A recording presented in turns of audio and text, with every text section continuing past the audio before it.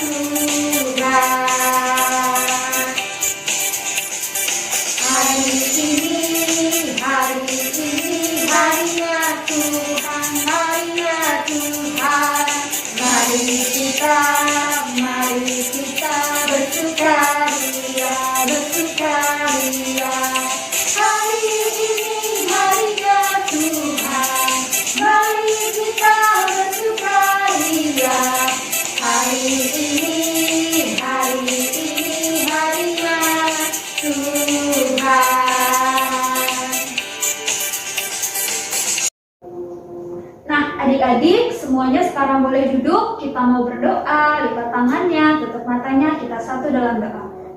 Tuhan Allah Bapa kami yang berada dalam kerajaan surga, kembali kami mengucap syukur kepadamu Bapa, karena di pagi hari yang indah ini, Engkau masih senantiasa menyertai kami Tuhan. Bapa, sebentar kami juga akan memulai ibadah sekolah minggu kami. Tuhan sertai kami dari awal, pertengahan, hingga akhir Bapa. Biarlah ibadah kami ini boleh menjadi ibadah yang berkenan di hadapan Tuhan. Terima kasih Bapak, terima kasih Tuhan Yesus, haleluya, amin. Nah, adik-adik, kita sekarang mau mengingat kembali kalau pelajarannya minggu lalu itu kita belajar tentang 10 perintah Allah yang ketiga dan keempat.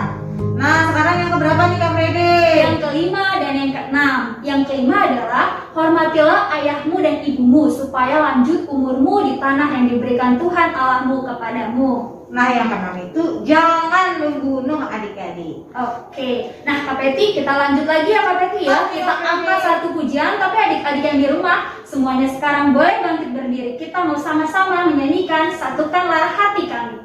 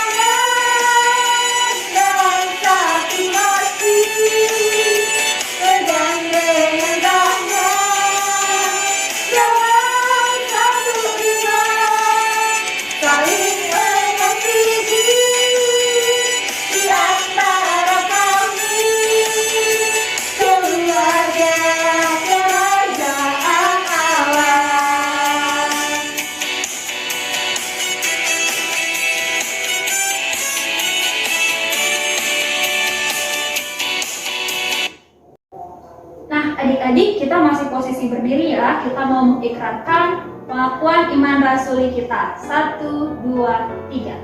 Aku percaya kepada Allah, Bapa yang Maha Kuasa, Khalik langit dan bumi, dan kepada Yesus Kristus, anaknya yang tunggal Tuhan kita, yang dikandung daripada Roh Kudus, lahir dari anak darah Maria, yang menderita di bawah pemerintahan Pontius Pilatus, disalibkan, mati dan dikuburkan, turun dalam kerajaan maut.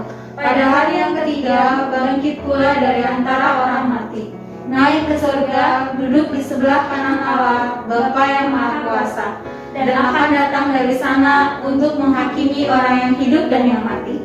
Aku percaya pada Roh Kudus, gereja yang kudus dan am, persekutuan orang kudus, pengampunan dosa, kebangkitan daging, dan hidup yang kekal.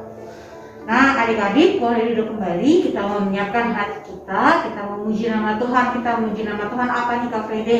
Kita mau sama-sama katakan firman Tuhan ku dengar.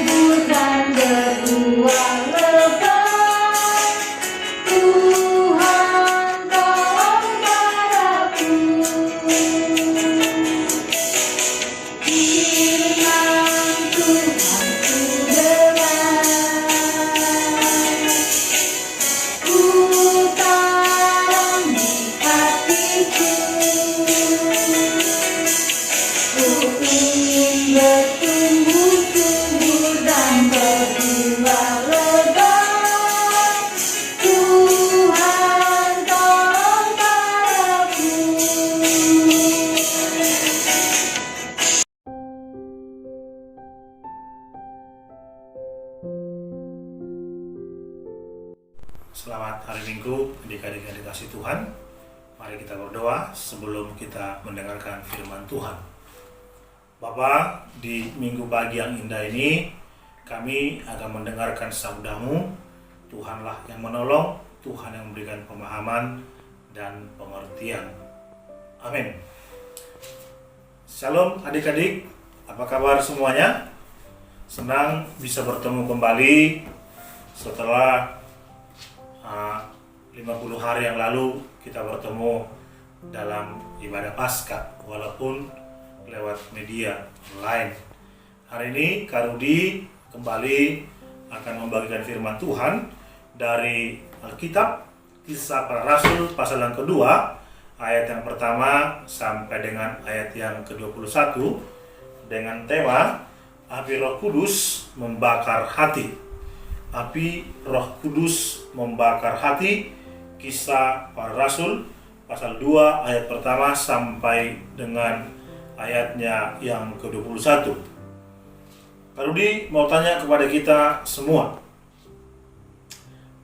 setelah Yesus bangkit dari kematian, berapa hari Tuhan Yesus ada di bumi? Ya, Yesus berada di bumi selama 40 hari, baru dia naik ke surga. Dan setelah 10 hari, Tuhan mencurahkan Roh Kudus, atau hari ke-50 setelah dia bangkit dari kematian. Dan itulah yang kita rayakan hari ini, yaitu hari pencurahan Roh Kudus. Tema kita tadi dikatakan api Roh Kudus membakar hati. Kak Rudi akan bagikan 3 hal dari Kisah Rasul pasal yang kedua, ayat pertama sampai dengan ayat 21. Yang pertama adalah Roh Kudus membakar hati murid-murid, memberi kuasa dan kemampuan. Roh Kudus membakar hati murid-murid, memberi kuasa dan kemampuan. Mari kita lihat ayat pertama sampai dengan ayat 11. Pertanyaannya, siapa yang memiliki Roh Kudus? Anak-anak sekolah Minggu Petra, apakah memiliki Roh Kudus? kakak-kakak guru sekolah minggu, apakah memiliki Roh Kudus? Papa Mama, Kak Rudi, apakah sudah memiliki Roh Kudus? Apa kata Alkitab tentang hal itu? Alkitab berkata, lihat ayat 1 dikatakan di sana, ketika tiba hari Pentakosta, semua orang percaya berkumpul di satu tempat. Artinya apa? Semua orang yang percaya kepada Yesus sudah memiliki Roh Kudus.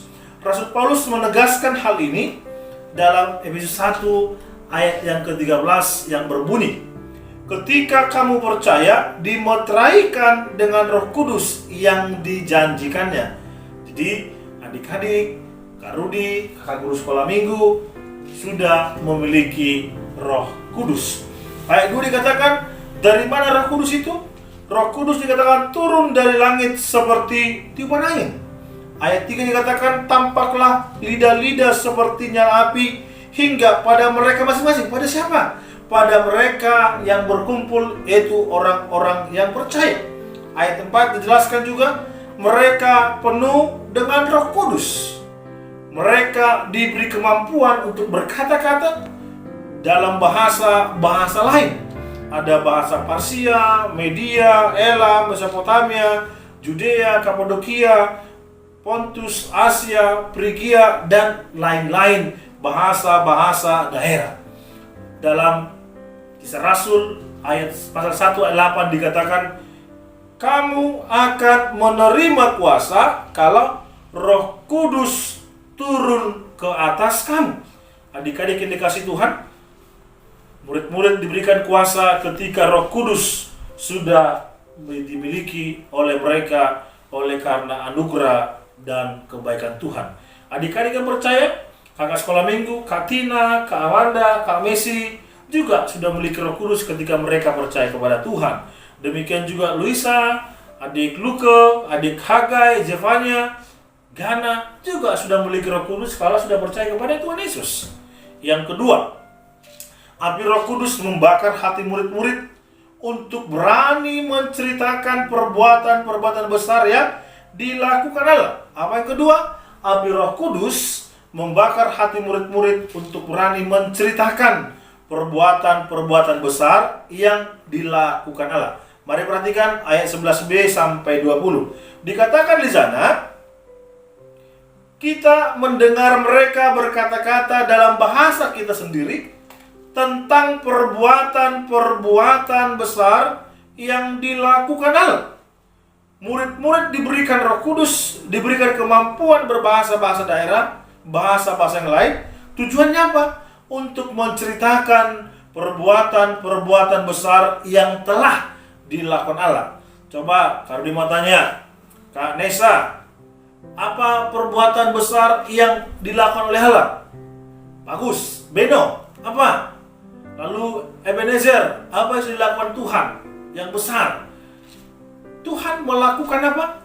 Tuhan menciptakan alam semesta ini dengan segala isinya dengan berfirman. Tuhan menciptakan Kak Rudi, Kak Andes, Kak Peti. Tuhan yang menciptakan Kak Mary, Kak Cika, juga Kak Fride.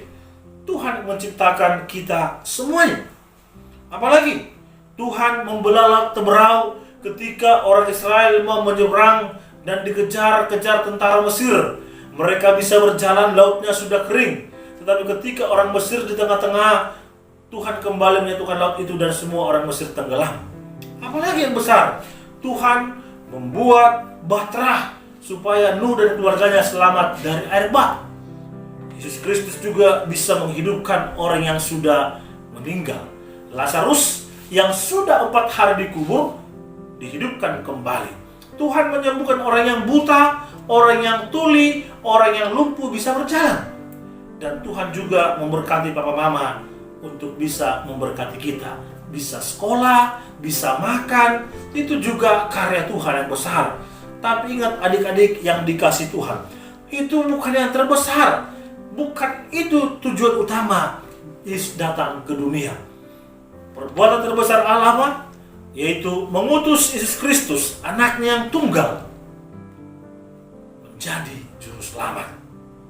Dia lahir, berkarya, bahkan adik-adik lihat, yang sudah kita rayakan 50 hari yang lalu, Yesus hari Jumat itu disalibkan dan mati. Lalu pada hari Minggu dia bangkit dari kematian, mengalahkan maut dan memberikan kepada kita kemenangan. Ini yang dikatakan oleh kitab tujuan Tuhan datang ke dunia. Matius 1 ayat 21 mengatakan apa, anak-anak? Apa dia? Tuhan mengatakan dia datang ke dunia untuk menyelamatkan umatnya dari dosa. Ini karya Tuhan terbesar. Dia mati untuk kita orang berdosa. Dia yang tidak mengenal dosa menjadi berdosa supaya Despita, Baby, Asher, Rangga, Nobita diselamatkan. Tuhan tidak hanya mati, dia bangkit, dia kembali ke surga, dan dia akan datang kembali ke surga setelah dia menyediakan tempat bagi Karudi dan kita semuanya. Mari kita lihat ayat 36, dikatakan dalam ayat 36. Jadi seluruh kaum Israel harus tahu dengan pasti bahwa Allah telah membuat Yesus yang kamu salibkan itu menjadi Tuhan dan Kristus. Inilah perbuatan Allah yang besar yang disampaikan oleh murid-murid. Karudi mau tanya, adik-adik masih ingat siapa nama murid Yesus yang menjual Yesus? Hebat, pintar, Yudas, betul. Lalu yang kedua, siapa nama murid Yesus yang pernah menyangkal Yesus sebanyak 3 kali? Ya, Simon Petrus. Lihat, Simon Petrus menyangkal Yesus, kenapa? Karena dia takut dia dikatakan murid Yesus. Tetapi lihat, setelah pencurahan Roh Kudus yang kita baca ayat 14 sampai ayat 40, Kisah Rasul pasal 2, Petrus berkhotbah, diberikan kemampuan, diberikan keberanian, hatinya dibakar oleh Roh Kudus untuk menceritakan perbuatan-perbuatan yang besar itu. Adik-adik tahu berapa yang bertobat?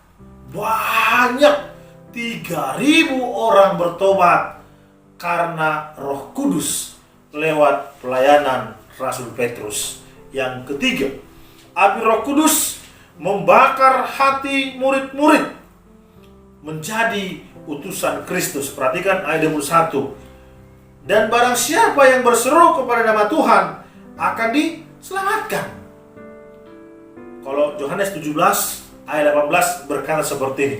Sama seperti engkau telah mengutus aku ke dalam dunia, demikian pula aku telah mengutus mereka ke dalam dunia. Adik-adik yang dikasih Tuhan, kakak-kakak guru sekolah minggu yang dikasih Tuhan, papa mama yang dikasih Tuhan, mari biarlah api Roh Kudus membakar hati kita untuk menceritakan perbuatan Allah yang besar, supaya banyak orang bertobat dan percaya kepada Yesus. Semakin banyak orang yang diselamatkan karena beriman kepada Tuhan Yesus Kristus. Itulah tugas kita. Tuhan mengutus Karudi, Pak Gembala, kakak-kakak sekolah minggu, Kak Lucy, Kak Andes, Kak Cika, Kak Fride ke dunia ini untuk menceritakan, termasuk menceritakan kepada adik-adik siapa itu Yesus. Adik-adik juga diutus Tuhan. Semua kita diutus Tuhan untuk menjadi saksi Tuhan ke dunia ini, menceritakan perbuatan-perbuatan Tuhan yang besar itu. Adik-adik, kiranya Tuhan menolong kita, memampukan kita, dan izinkan api Roh Kudus itu membakar hati kita supaya kita dimampukan, diberanikan, diberikan kuasa menceritakan tentang Yesus yang besar. Mari kita berdoa. Adik-adik boleh ikuti Karudi dalam hati bagi mereka yang mau terima Yesus Kristus.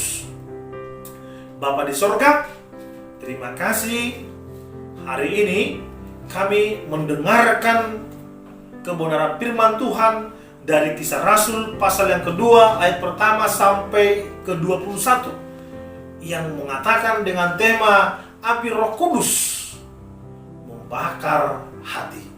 Biarlah ketika kami sudah percaya kepada Tuhan, kami juga menyadari bahwa kami sudah dimeteraikan dengan Roh Kudus.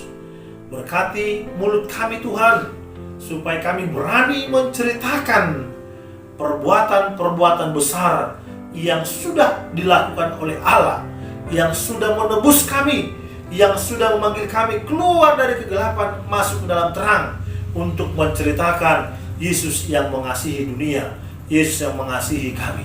Bapak, berkatilah kami, berkati Papa Mama, berkati juga kakak-kakak guru sekolah minggu, berkati Bapak Pendeta yang sudah mengajar kami, berkati Kak Rudi dan keluarganya yang sudah menyampaikan firman Tuhan.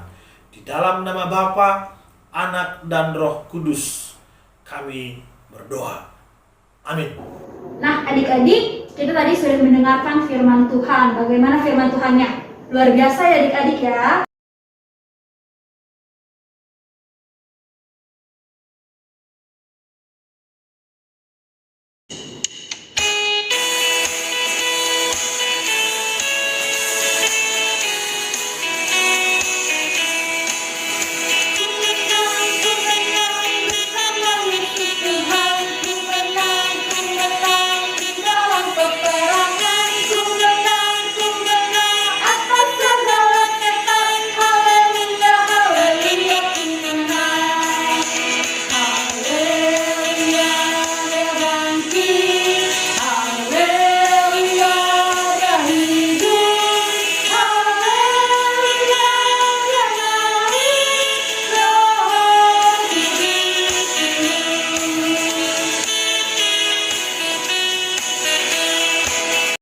Adik-adik yang dikasihi Tuhan, kita sudah bernyanyi, kita sudah mendengarkan firman Tuhan. Sekarang kita akan tutup ibadah kita, ibadah pencurahan Roh Kudus yang kita rayakan hari ini. Mari kita berdoa. Bapa, kami bersyukur hari ini walaupun lewat ibadah online, kami terus bersuka cita bisa merayakan hari pencurahan Roh Kudus. Berkatilah semua anak-anak kami, kelas kecil, kelas sedang, kelas besar, beserta dengan kakak guru sekolah minggu. Berkati anak-anak dalam pendidikan, dalam pertumbuhan, masa depan mereka, supaya mereka memiliki masa depan yang penuh dengan pengharapan, masa depan yang indah gilang-gemilang bersama dengan Tuhan. Berkati kakak-kakak guru sekolah minggu dalam perkuliahan, dalam pekerjaan, bahkan kalau mereka sudah merindu untuk membina rumah tangga, Tuhan tolong campur tangan supaya mereka mendapatkan pasangan hidup yang sungguh-sungguh takut akan Tuhan dan menopang mereka dalam pelayanan. Berkati juga Kak Guru Sekolah Minggu Kak Lucy yang sudah berumah tangga, berkati suami, berkati kedua anak-anaknya. Berkati Pak Pendeta, berkati Ibu Pendeta, juga kedua anak-anaknya dalam pendidikan dan dalam masa depan. Berkati semua majelis, berkati juga bangsa negara kami ini. Tuhan tolong dalam masa pandemi ini supaya seluruh masyarakat Indonesia disiplin dalam protokol kesehatan, dan kalau boleh seizin Tuhan biarlah COVID-19 ini bisa berakhir dan kami semua bisa menikmati kembali ibadah gereja dan sekolah, juga bermain-main dengan teman sebaya. Kami juga berdoa berkatilah pekerjaan Papa Mama supaya lewat pekerjaan Papa Mama kami tercukupkan segala kebutuhan kami. Terima kasih Bapak. Kami berdoa kepada Bapa di sorga, dan sebelum kami berpisah, kiranya Engkau berkenan memberkati kami. Mari adik-adik yang dikasihi Tuhan, Papa Mama, kakak sekolah minggu, arahkanlah hatimu kepada Tuhan dan terimalah berkat Tuhan. Tuhan memberkati dan melindungi engkau. Tuhan memberkati pertumbuhanmu, memberkati masa-masa bermainmu, memberkati pendidikan masa depanmu. Tuhan memberkati pekerjaan dan usahamu yang berkenan kepada Tuhan. Tuhan memberkati rumah dan rumah tanggamu.